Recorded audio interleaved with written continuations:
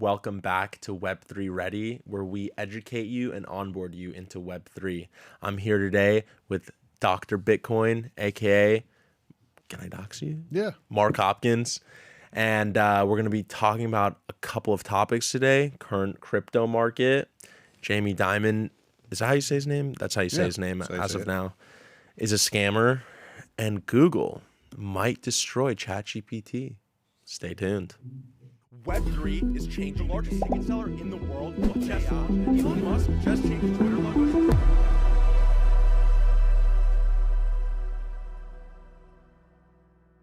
What is up, Marky Mark? We are back. Yeah, it's been a minute. And I don't mean me and you are back, even though we are. I'm talking about crypto, man. Oh, yeah. What a wonderful couple days and probably 2 weeks it's been. Every day is a new ATH for the year. Every day is a new ATH. Bitcoin is now up, I believe, 160% on the year. Yeah. Wow. Best performing asset with no doubt about it.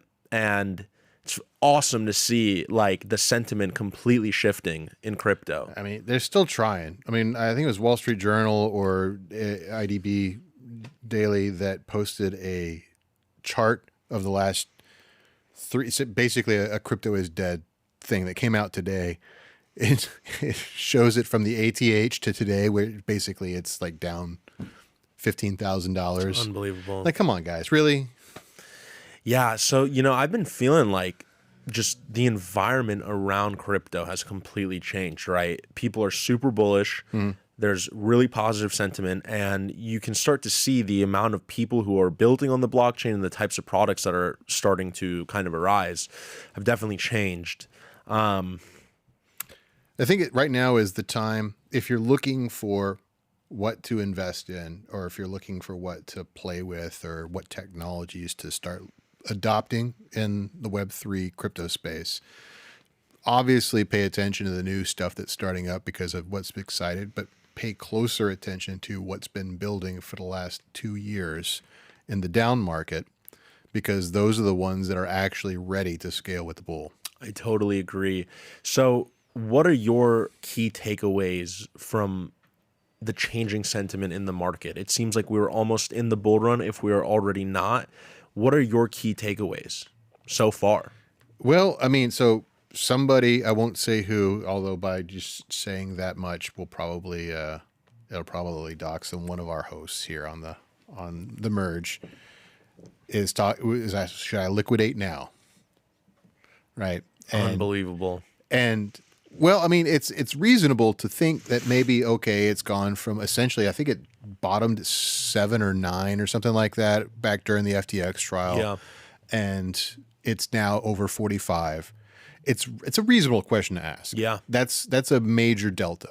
Definitely. And especially if you're in a position in life where maybe like you've got, okay, so maybe this is a chance for me to pay off some debts or get out of something that I need to get out of or whatever. It's reasonable to think, okay, now is a good opportunity, but also you have to imagine, here's the key takeaway, just answering your question.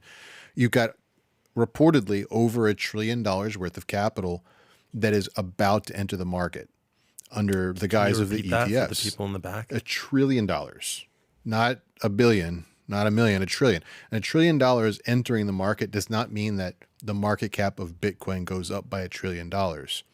Because there's this little thing called supply shock. There's only so much Bitcoin to go around, and there's even less of it that's on exchanges.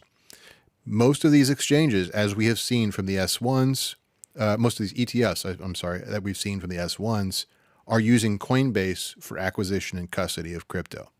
Now, that doesn't mean that they're not using short, long strategies to hedge their bets as they enter the market, but it does mean that they're working with the same supply pool that's available to all other retail and institutional buyers. What kind of implications does that have? Well, it means you can look at how much crypto is for sale on Coinbase's books because it's an open stat. There is not $1 trillion worth of supply, which means that you're going to add several zeros to the price if this reported $1 trillion worth of value does enter the crypto markets. More than the $1 trillion worth of zeros are you going to add to the market cap? I mean, it seems now that it's becoming extremely unlikely that these ETFs will not be approved and that these massive financial institutions wouldn't join crypto. I mean, that seems almost impossible at this point. How would a company like Coinbase or other crypto exchanges be able to handle the demand that's about to come in? Well, it's not about how would they handle it, because a market will react how a market reacts, right? Correct. What ends up happening is the value of Bitcoin rises to meet the occasion. So if you look at an order chart, if you want to pull something up to illustrate what we're talking about, go to bitcoinity.org, bitcoinity.org/markets. Okay. And this will, it's just the easiest one to pull up. Yeah. It'll show you what's called depth charts. And you can see these on any exchange. Yeah. Click on the markets link up top. And so if you look at this thing on the bottom, right? Yep. Now, Sohail, take your mouse on that red line that's on the bottom and hover over any point on that red line. And it's hard for us to see it, but Yeah. Sohail could probably read it out. 73 Bitcoin can be bought for a total of 3.2 million until price goes above 44. Right. So you can go all the way to the right on that red line and get. Now it's 618 Bitcoin can be bought for a total of 27.6 million until price goes above 45. Right. And so on a depth chart, you can see exactly how much $1 trillion or $1 billion or $100 million will move the market. Yeah. If someone just hits buy all, right? Right. Which is not what happens. Right. But like that gives you a sense of what's available for what price point. Insane. Well, it's definitely impressive, and I think that we're about to undergo a massive wave in crypto. That's undeniable here. What scares me is the climate, the actual nature and environment of crypto has not fundamentally changed as much as you would think over the past couple of years. And what I mean by that is I think a lot of people will enter crypto right now and will get scammed. I think they will fall, unfortunately, victim to a lot of the problems we saw in the last crypto bull market, which was scams, which was hacks, super hard user experiences and user interfaces, and just an overall unsure feeling of crypto. And I don't know how we solve this as an industry. And so this is actually, as you know, the merge, we sat there for 16, 18 hours and just interviewed everybody that we can get our hands on. Most of them were speakers of some type. And I asked everybody a couple of questions. Not everybody. The two questions I repeatedly asked was, number one, if we could align the industry behind any single policy issue, what should we do? And I got a bunch of interesting answers. The other one, and I asked, this is the same question that I asked Loudmouth on our last live show, which is how do you help educate people to avoid the scams, to avoid disclosing private keys, to avoid clicking on bad links. And I got a bunch of great answers for the first question, and I think we're going to try to make a montage out of that. But I didn't get a bunch of great answers for the second one. I have some answers in my head what I think we'll be moving towards, but these are not fully baked solutions. I would have hoped that we would have baked these solutions out in the bear market before we hit another bull, but we haven't. Yeah. And you know what I worry is, like, there are so many people who are either saying, should I sell now? Should I buy now? What's happening? People are getting interested in crypto again. And that's scary, honestly, because we're about to have an entire new market of people enter into the industry that have no idea what this is about. They have no idea where to start, and they probably don't even believe in it based off of what has happened throughout all these years. So I can't imagine that this wave would be, it's capped to a certain extent, because at the end of the day, it's fine if my grandmother's buying a Bitcoin, but she has no idea beyond the couple buttons she presses on her computer to buy it, like the implications, the importance, the tech behind it, or any even interactions with it, right? So I'm going on a tangent here, but anyway, I think the market is heating up. We are entering the bull. There's no question about it. The next question that arises is, where do we go from here? Do we continue to meet new astronomical highs? Well, that takes an entire industry of people who understand what's happening to happen. What do you think about all that? Well, I think we're gonna get a bunch of new insufferable billionaires, like we have in past bull run cycles. I mean, Why not us? yeah, well, it will be us, Yeah. but like, it's but think about the people that got in a couple years before you, Right.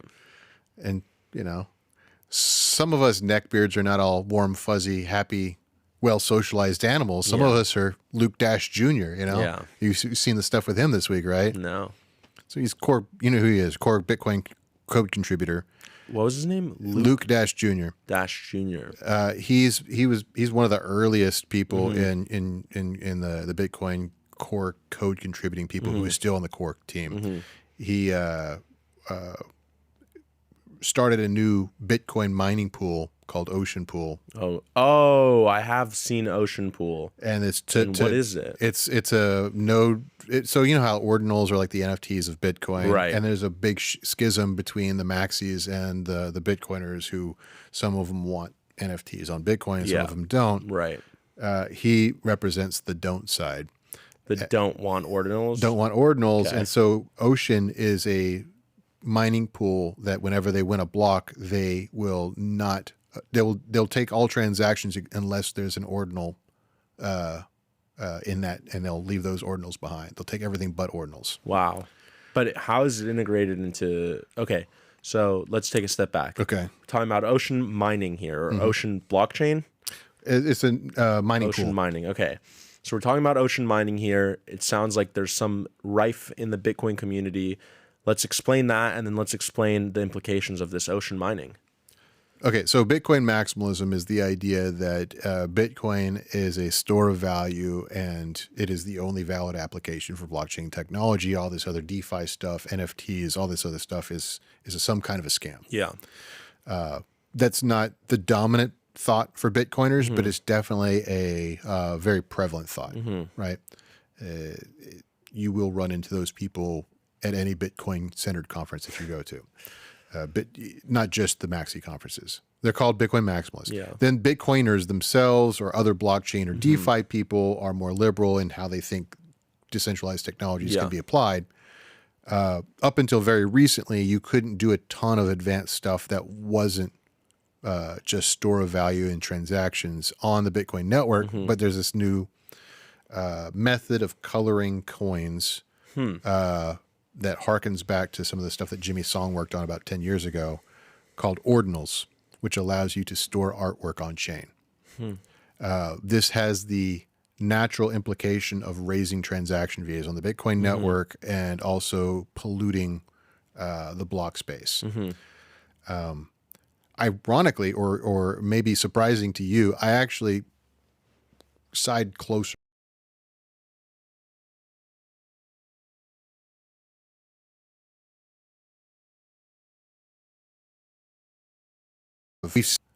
We've seen this story before a few times in Bitcoin, For sure. with Bitcoin Cash and Bitcoin SV. For sure. And the more stuff you put on chain, I mean, Bitcoin SV as a network has toppled over. Yeah. Like it's no more. It's scary because I feel like people who are in crypto, like myself, I mean, I heard of ocean mining this week, but like I would have no idea how to interact with it or like the technicalities behind it. And that's almost scary because I've been in the industry since 2018. I mean, think about all the new people, right? And I think that that's the challenge with crypto still is it's a little too complicated, and I don't really care. But this doesn't actually impact the average person. Like a normal person that even uses Bitcoin is not going to be impacted by this or not. So this is But they are impacted by the fact that ordinals exist and that, you know, people are printing ordinals now, right? Or creating ordinals. creating ordinals. Yeah. is the right way to say Minting it. them, I guess. Yeah. Yeah. So, you know, it's like, I don't know anything about ordinals. I remember when they came out, I knew why they were important. I kind of started to understand how they work and why, you know, it's happening. But like, I mean, that's my point. Is like, there's so many things. It's how are people going to understand anything about crypto? What do you need to know? Like that's really the question. You don't need to understand how electricity works to use a light switch, right? There's layers of abstraction. What do you think that the average retail crypto person needs to know? You've got a video called Bitcoin Yeah, I know, Ordinals to I know. Explain. I know, because when it came out, that was like what everyone... number to each Satoshi, the smallest unit of Bitcoin. This inscribes the Bitcoin with unique data that can practically be anything from videos, audio, and even images. But here's the thing. The key point to understand is the process stays on the Bitcoin network. No tokens or sidechains are required. Ordinals brings new possibilities for creating and sharing unique digital assets. Are inscriptions the next advancement for Bitcoin? How do you feel about Bitcoin being used for more than just currency? Ordinals assigns... That's my first video I ever did here in the studio. Is that right? Yeah, the Ordinals video. Huh. It's funny.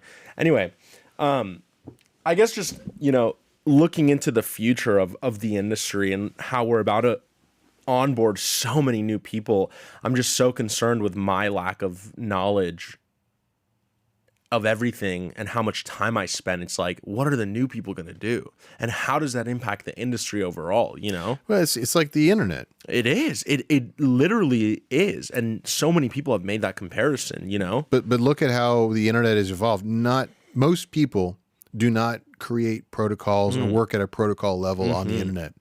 Bitcoin is a protocol. DeFi is like DeFi site, like Uniswap and PancakeSwap. These are protocols built on top. They're a layer above, but they're protocols at the end of the day. Most people interact with the internet at an app layer. Yeah. Right. I don't see that changing with crypto. I think that we're going to see layers upon layers. Most people are going to interact with crypto through their ETF. Yeah. I mean, we know that because they don't want to think about it, but they have some fund manager that says, hey, I think you need a little bit of exposure. I'm going to put 2% of your portfolio into Bitcoin or something. And that's how most people are going to interact with it, which is not at all. Just to have some basic exposure to it. So most people will interact with crypto as just an asset. Most likely. And then you're going to see crypto weaving its way into more and more. I mean, we got South Korea, and I forget what the other country was that put an announcement out this week. They're talking about they're making public their experimentations with CBDCs versus blockchain technology. And so you're going to see that spectrum of decentralization start to infiltrate more and more space. Yeah. I think what will happen is these things become seamlessly integrated with a lot of the things we already do. And most people don't care how or why something works. They just want it to work and be able to use it. So I see that with crypto as well. And I think there will be a lot of opportunities for the people who have been building and still. It's just like if you're a dev, going back to the internet analogy, if you are a dev, if you do know how to write Python and understand how to interact directly with a protocol, you've got far more power than the average user. Yeah. Yeah. People who understand the intricacies of an ordinal versus an NFT, the Bitcoin versus DeFi, are going to have more power. For sure. And I think also, oh my God, no, it's blanking.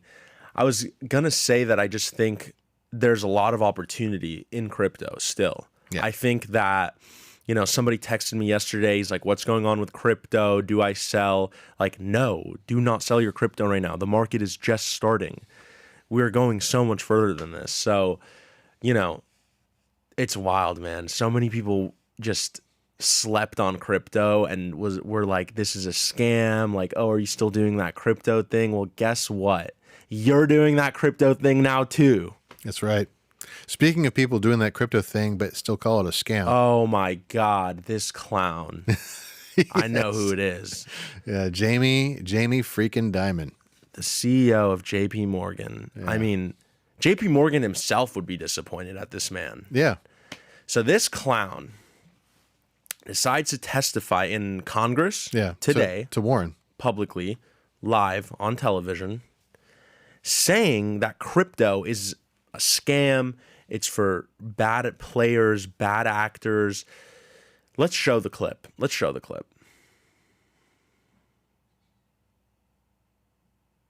hear anything.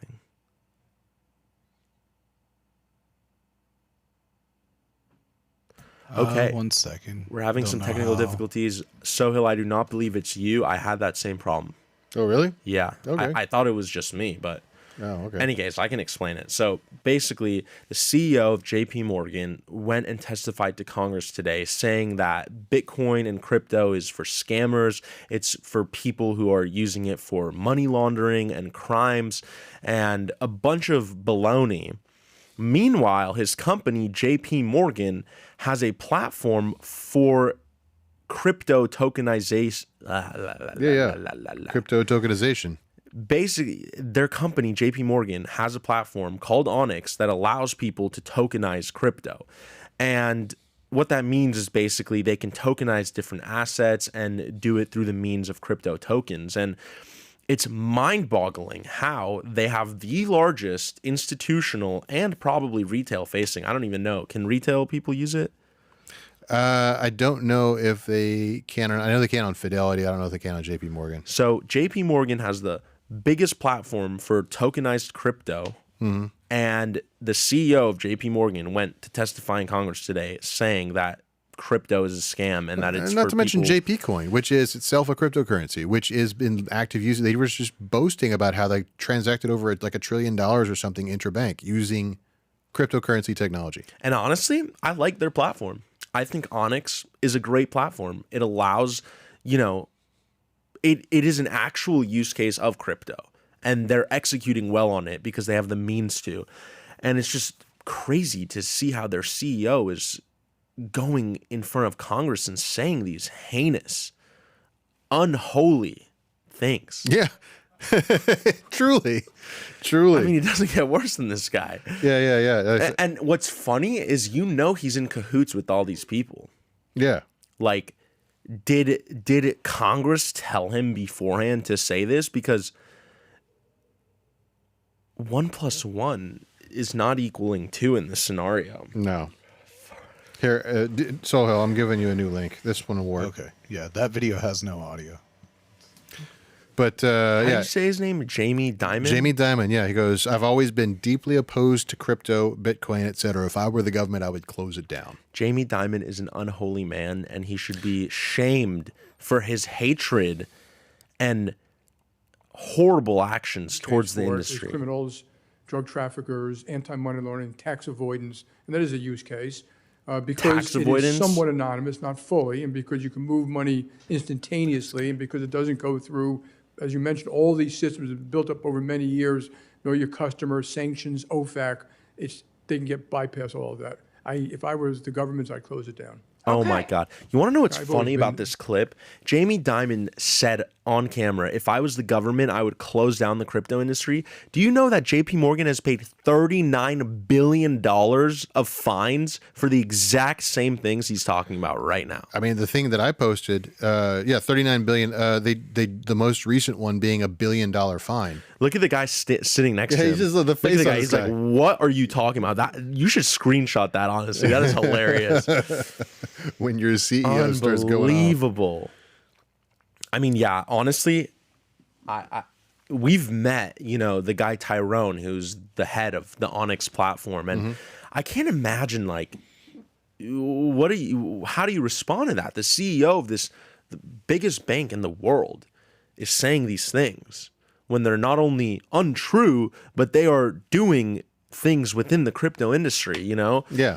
It's very unbelievable. Well, it's don't pay attention to what I'm doing. Look at these guys over here, and it's like the Godfather talking about some street punk. No, this stuff fires me up because I feel like it's all a part of the Matrix. Let me just put it that way. Like all these conglomerates and let's just call them leaders of the world, play this innocent act like they're not getting their hands in it. Oh, why would you ever touch that? Meanwhile, they have one hand behind their back and they're doing the things they're telling us not to do. Well, remember, so you paid attention to the Vivek's speech and Ted Cruz's speech you didn't? Okay, so we were setting up. I've told this story. I was running around. You hung out with him afterwards. Yeah. But anyway, so we were setting up at the booth. Frank was paying attention to the speech. I was doing something over by the desk, and I'm like, I overhear from the loudspeaker, choke point 2.0. And I'm like, what? Hey, Frank, who's that talking up there? He's like, oh, yeah, that's Vivek. I'm like, oh, because I couldn't even see the monitor from where I was standing. And so, but essentially it came down to, and Nick said it best, like, this is our guy. Like, he was describing in his speech, exactly what we're observing right here, which is the banks have fully captured the American monetary system through the Fed and have extrajudicially created a system to disenfranchise retail level crypto adoption so that they can monopolize it. You know, he's not saying banks shouldn't be involved in crypto. He's saying criminals shouldn't be involved in crypto. Those criminals out there, those bad guys. But we're not bad guys. But JP Morgan, Jamie Dimon, look at me. I'm not a bad guy. You should give me all the crypto jurisdiction. Let me handle that. I totally agree. I think I know someone who is banned from JP Morgan Properties. Yes. Because of this. That's true. Yeah, it's me. I know somebody. It's you. It'd be me. You can testify. Yeah. Yeah.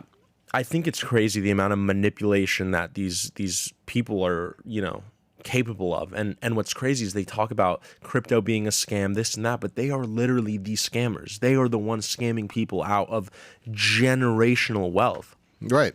JP Morgan single-handedly with Jamie Dimon is robbing people of generational wealth. So it's not even that, right? It's more insidious than that. He doesn't mind if you get generational wealth by getting Bitcoin, getting in on, because if you get on Bitcoin the day the ETF is launched, you're still going to get generational wealth. But Jamie Dimon does not want the banks and the investment class to not get their piece of your generational wealth. You cannot make money without him making money. That's what it's about. It's preservation of their industry, and they're realizing it. They realized about 4 years ago, when it was clear that Operation Choke Point was in full operation against the industry, crypto and blockchain industry, that this thing was going to get away from them without them getting their piece unless they did something. Well, that's the scary part too, is like, I think this next bull market is going to be the, capitulation, right? Is that the right word? Where it's going to be the big thing. Like once this bull market happens, everybody's in, there's no turning back, And the scary part about that is like watching it all unfold and seeing how much the entire industry changes, because in the early days, it's like a couple Discord rooms, couple of just degenerates hanging out, trying to make money, trying to make this thing work. And now it's corporations coming to steal it, to do capitalism, which, this is the bad side of capitalism. Like literally, this is the exact example of them taking over and making sure that anything we get, they get a piece of. So I'm scared to see when this mainstream adoption, like how it all impacts everything, because I mean, to get a little political, this is exactly, and leftists in the audience need to hear it just as much as those on the right. This is exactly what Marx predicts would happen anytime individuals try to seize control of the money, seize control of the means of production, right? Seize control of their own value. The capitalist class is not, money's not evil because it's money in the view of an anti-capitalist. Money is evil because the landed gentry, I've used that word a few times today on the air, tries to define what money is for everybody else. Yeah. And they don't do it in a altruistic, egalitarian way. They do it in a way that benefits themselves and keeps their power base. That's the problem with the nature of capitalism. And crypto represents an opportunity to break out of that cycle. Yeah. This is one of the dying death throes of the capitalist class to try to stop it. I don't think they will be successful. You don't? No, because it's exactly what I predicted would happen about 5 or 6 years ago, even before my case came up, which is to say that cryptocurrency and blockchain is a poison pill. Capitalists will always do what capitalists always do. When you leave someone in charge of a company will do what a company will do. When you're a company and you get a little taste of success with a new product, what happens? They turn on the gas, right? They got to do 10 times that, because especially if you're like a company like IBM, give you a hard concrete example. IBM was experiencing kind of a quagmire. A lot of their product lines and customer bases were aging, and they think, okay, what do we got to do to rejuvenate our product, get some more sales going on? They did two things. They bet the company on AI with Watson and blockchain with Hyperledger. And they got a little bit of success with AI and a little bit of success with blockchain on these limited tests. So what did they do? They turned on the gas on both. And then their CEO came out on stage and said, we're betting the company on these two things. It's a poison pill. Banks saw that from IBM. They saw it from other enterprise players. And they said, okay, we're going to start experimenting with that. And they saw a little bit of success. And they started betting on not just private distributed ledgers, but public ledgers. Yeah. Well, the problem with betting on a public ledger technology like Bitcoin or Ethereum is that they can't control it. You're not the biggest player anymore. Yeah. If you want to become a whale in the world of Bitcoin, you have to accept that there will always be bigger whales than you that were just lucky enough to be nerds 10 years before you were thinking about it. Yeah. So what happens when you've got people who believe in the egalitarian power of cryptocurrency to truly free us from this capitalist nightmare, who are made even more powerful by the likes of Jamie Dimon? You have to accept it. So you think that it will continue to empower these people? It's going to be rough in between here and there, as I am evidence of, but it will eventually end in success for those like us. I really hope that's the case. And I mean, the whole ethos of crypto and Bitcoin and the blockchain, because the first blockchain is Bitcoin, the whole ethos of it is to free us from this kind of governmental control. And obviously in the case of Bitcoin, it's financial, but in everything else, it's just control as a general thing, right? So let's move. I have two topics I want to finish off of. One is the ETFs and then Google's new AI thing. But as we're talking about this thing about control, you know, this ETF scheme all these companies are coming up with seems exactly, you know, in this scope of control. It seems that these ETFs are not only, it seems that you would think BlackRock and a company of its magnitude would want the possible lowest price for their clients, right? But how would that make sense if they get paid on the fees? And their fees are going to be based on the gains that their clients get. Have you used any custodial Bitcoin solutions? Never. Okay. So let me show you something real quick.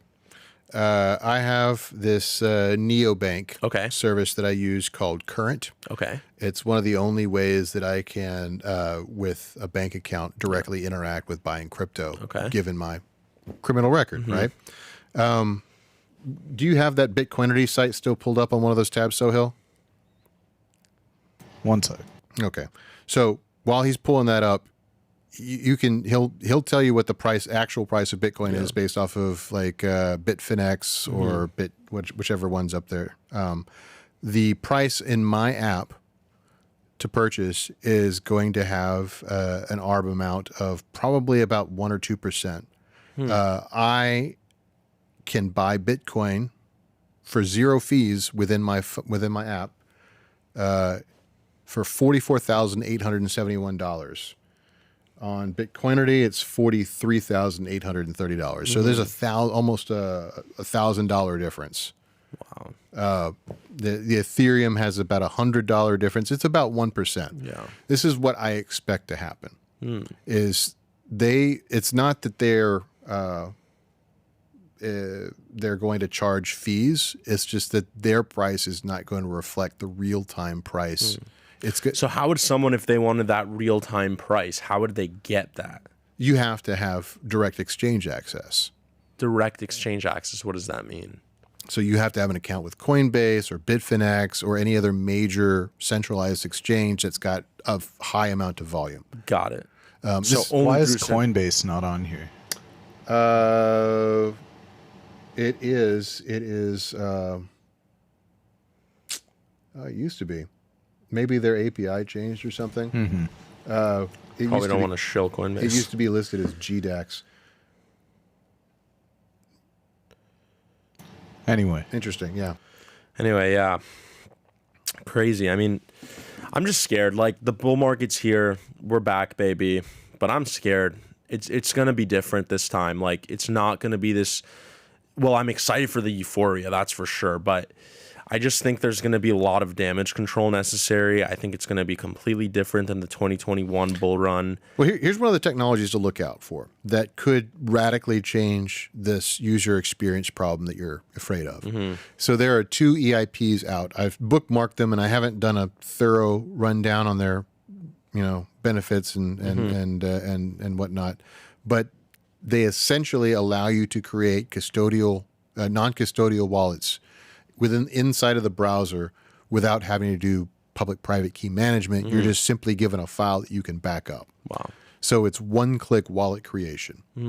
Very similar to what you see in that LimeWire experiment that we did. Yeah. Not exactly that, but it's similar to that. Yeah.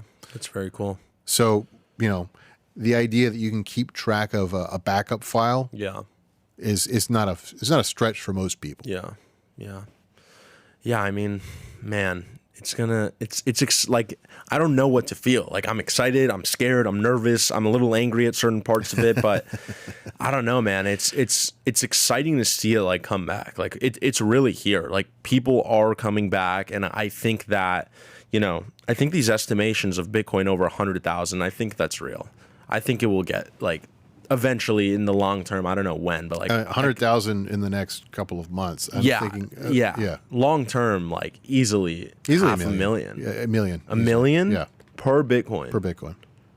That's how bullish you are. Yeah. Oh, it's ETFs, dude.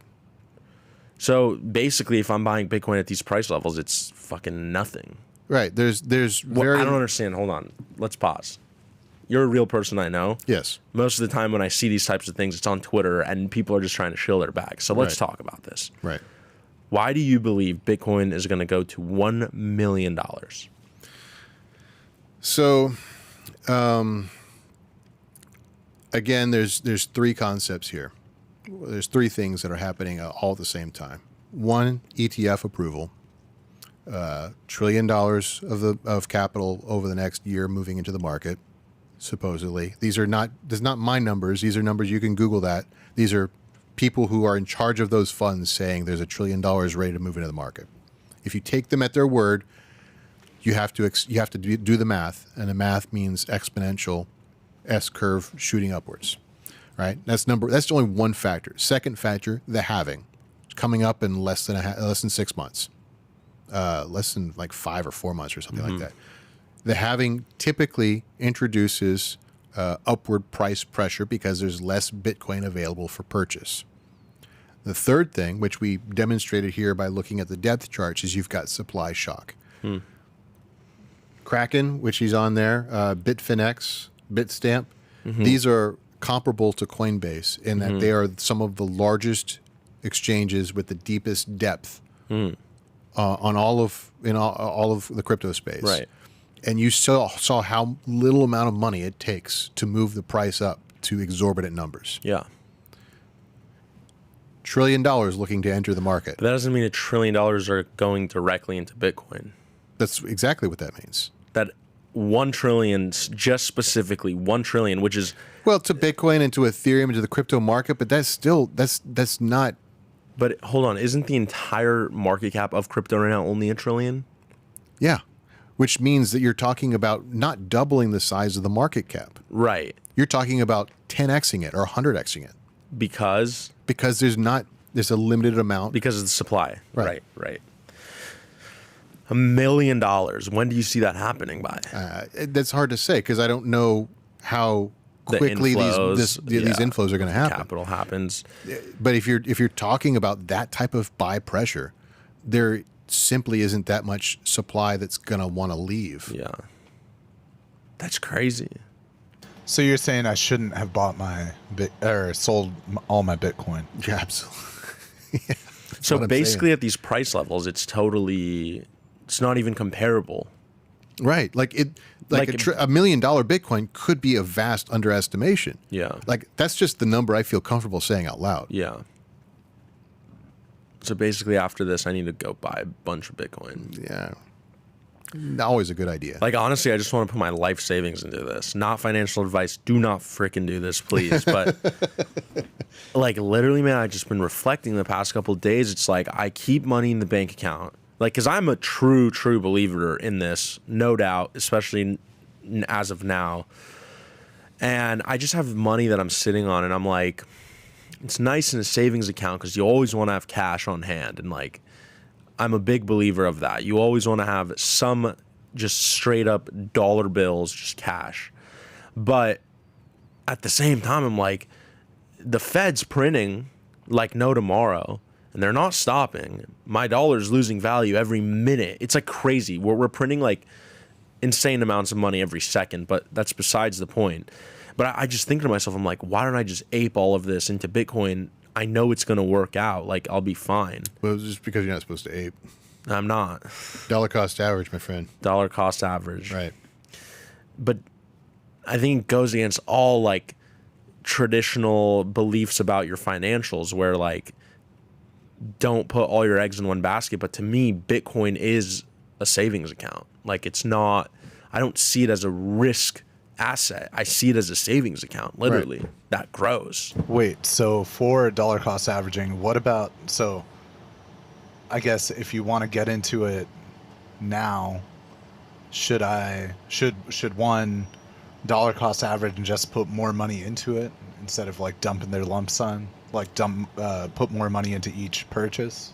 Yeah, absolutely. So I would always, no matter what phase of the market we're in, like if you're going to sit there and watch the market every day, and you've got years of experience of watching markets and watching crypto and kind of understand things, it may make sense to do some active, fun portfolio management and try to react to trends and news and stuff like that. Certainly, like if you're deep into the degen world of token investing, it may make sense to actively manage that stuff. There's no other way to do it. Yeah. But whenever you're talking about, I have a day job and my day job isn't looking at Bitcoin 24/7 or whatever asset it is that you want to invest in, as long as over a long timeline that asset goes up and to the right and it fluctuates while it gets there, the math always works out better to dollar cost average. Yeah. Now, things that can affect the performance of your dollar cost averaging versus lump sum is the frequency with which you dollar cost average and the amount. So it's best to do the biggest number that you can afford to comfortably dollar cost average at the highest frequency. So if you can afford $25 a week Monday through Friday, don't do it once a week at $25. Do it $5 a day Monday through Friday. Yeah. That will $5 a day will always be better performing than $25 a week once a on week. the long term. But in the short term, it could happen on Monday. I put in $5, but then the rest of the week, the price is up, right? Like it could be 2x. Sure. Yeah, that's certainly possible. But that's short term, right? That's short term. But yeah, if you have to dollar cost averaging, again, the two criteria for that to work as an investment strategy is, one, it has to fluctuate as a market, which almost all markets do, given a large enough size, and two, it has to go up and to the right on a long enough timeline. Okay. So in the macro, it needs to go up and to the right. Yeah. In the micro, it can do whatever you want. I gotta buy some stuff after this. Okay. Anyway, you want to talk about AI? Yeah, so Google had a massive announcement today. They released their Gemini AI model, which is supposed to kill ChatGPT. Will it or will it not? We're here to explore that topic. I don't think it will. Please enlighten me. I think it will. It's good competition, but I don't think it's going to kill anything because really they're I'm trying to find the thread on Hacker News that I was reading earlier today, but all of the, they put out that chart. It was like side by side ChatGPT versus Gemini or whatever. Saw it.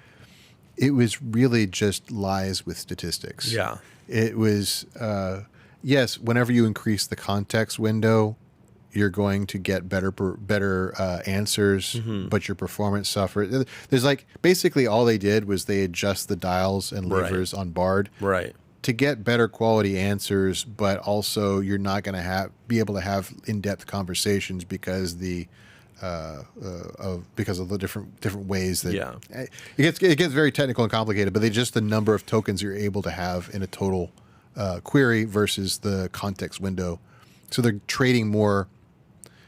They're giving you more history per conversation, but less complexity in the interaction. Yeah, and it's funny because like Bard sucks so much that I'm really hoping this saves it. It's so bad. Yeah. So hopefully this saves it. But yeah, it's exciting. I mean, I like the competition. I think the competition in the AI space is super important for these models to improve. Now, is it scary? It definitely is, because as these models improve, that means they're better at what they're doing and their implications are much higher. So, you know, there will be a time where the competition is very high and these models are very efficient. And when that time comes is when people think they will lose their jobs to AI. Okay, so here's okay, I found the thread with the bullet points that I want to talk about. So here's the advancements that are real. Okay. This is a multimodal interface. Yeah. Which, if you don't know what that means it's able to context detect what you're asking. So if you know, like you go into ChatGPT 4 now and you say, hey, can you give me a graph versus give me a graphic, that will, there's a multimodal interface on the back end that says, oh, if it's a graph, they want me to do some computations. So they'll look for some stats and do a chart or something. Versus a graphic may mean, oh, it wants me to imagine something with DALL-E and give them a picture of a dog or something. Right? So multimodal, this is their first run at multimodal, didn't exist in Bard, which is why Bard feels dumb compared to ChatGPT. Right. That is an improvement. Everything else is, they're still several steps behind, especially considering the fact that this isn't even due out for several weeks. Yeah. They made this massive announcement. I try to go find how to use this thing. Turns out you can't use it. Right. Horrible. There is some new ground being broken academically, apparently. There's some white papers on it. But, I mean, you've got Q, which is the horribly branded new model being developed inside of OpenAI. Which is set to knock everybody's socks off at any moment now.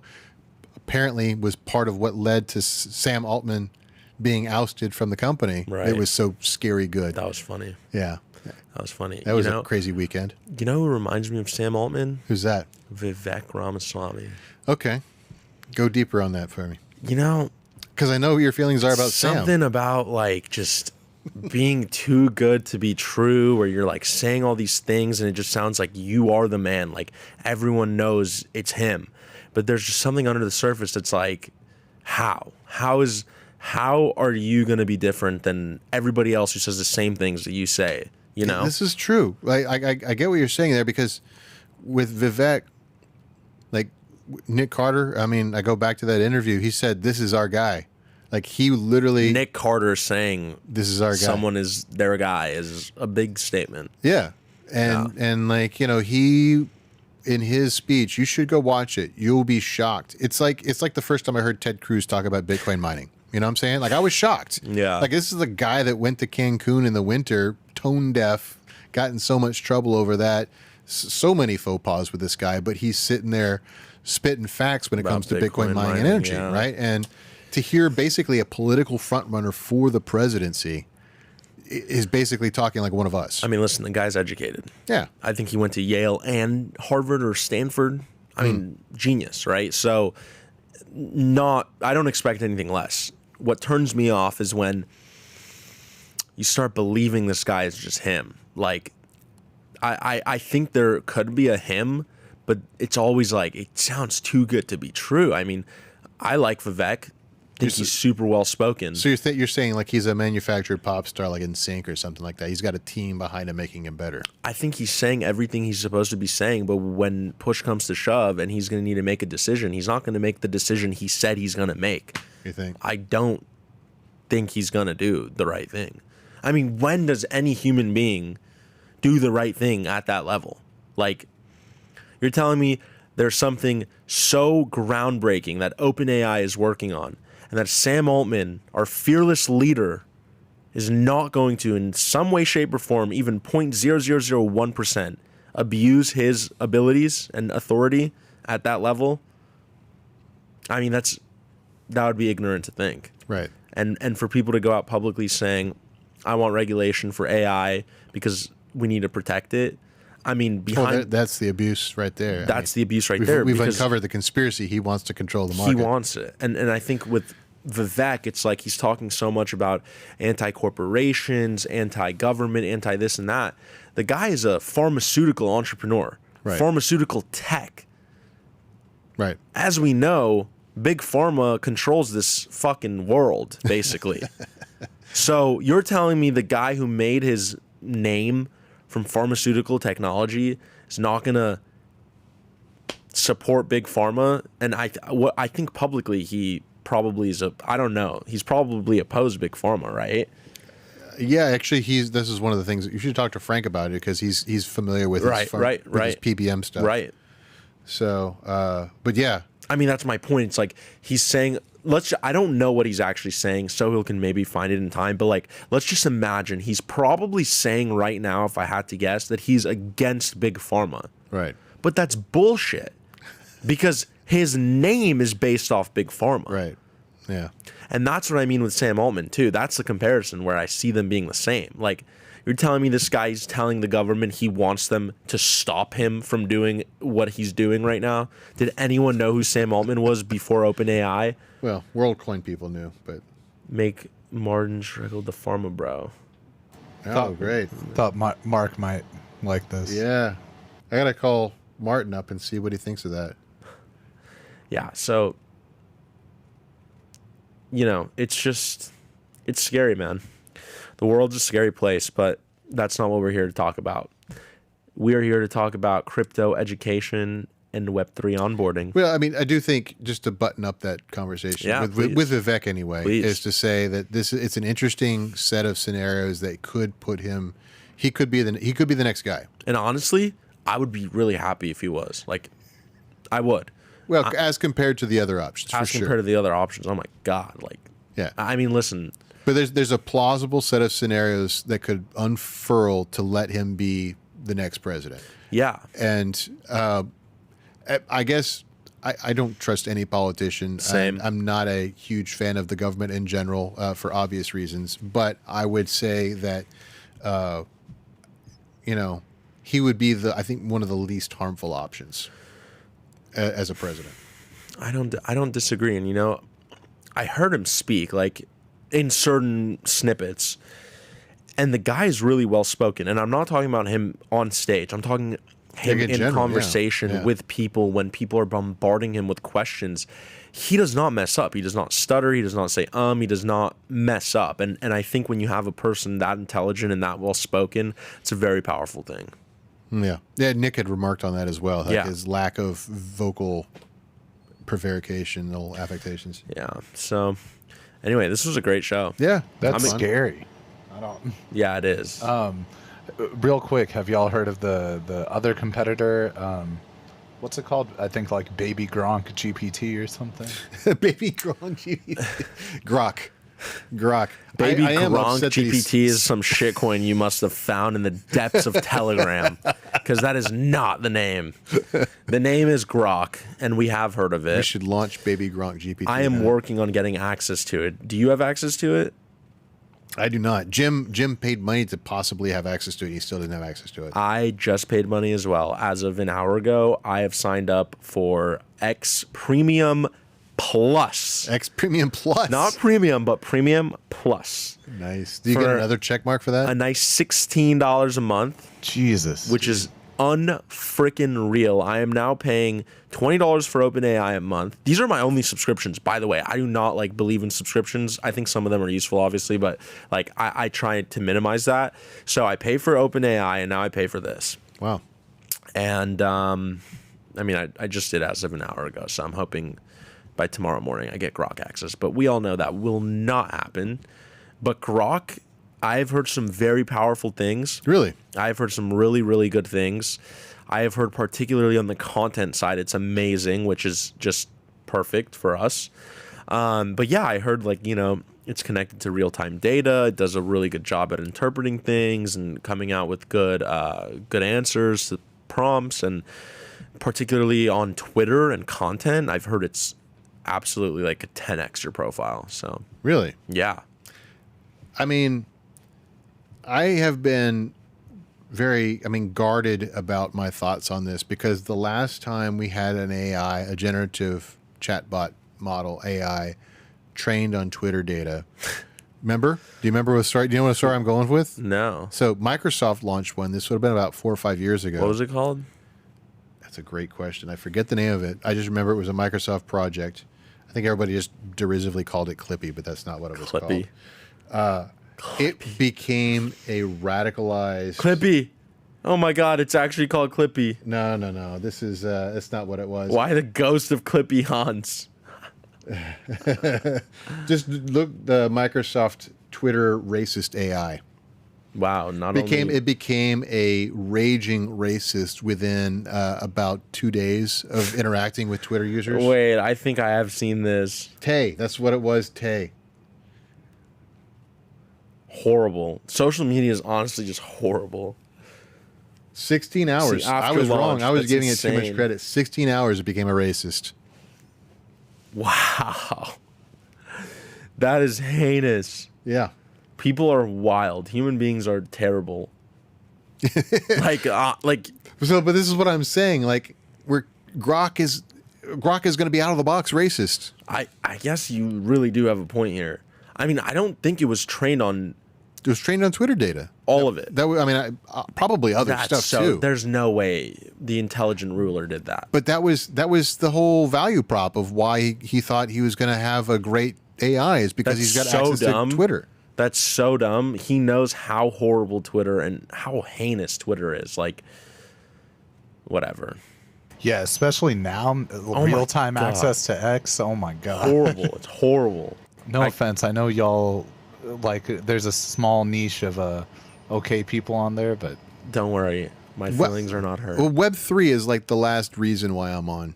Web3 is the first and only reason I'm on Twitter. I never used it before. I only use it for Twitter. And if it's anything other than crypto-related content, I do not consume it on Twitter. I mean, I got to say, so I am of mixed feelings about the recent X's from X/Twitter, whatever. Okay. So I have, I mean, I'll show you my socials. I've got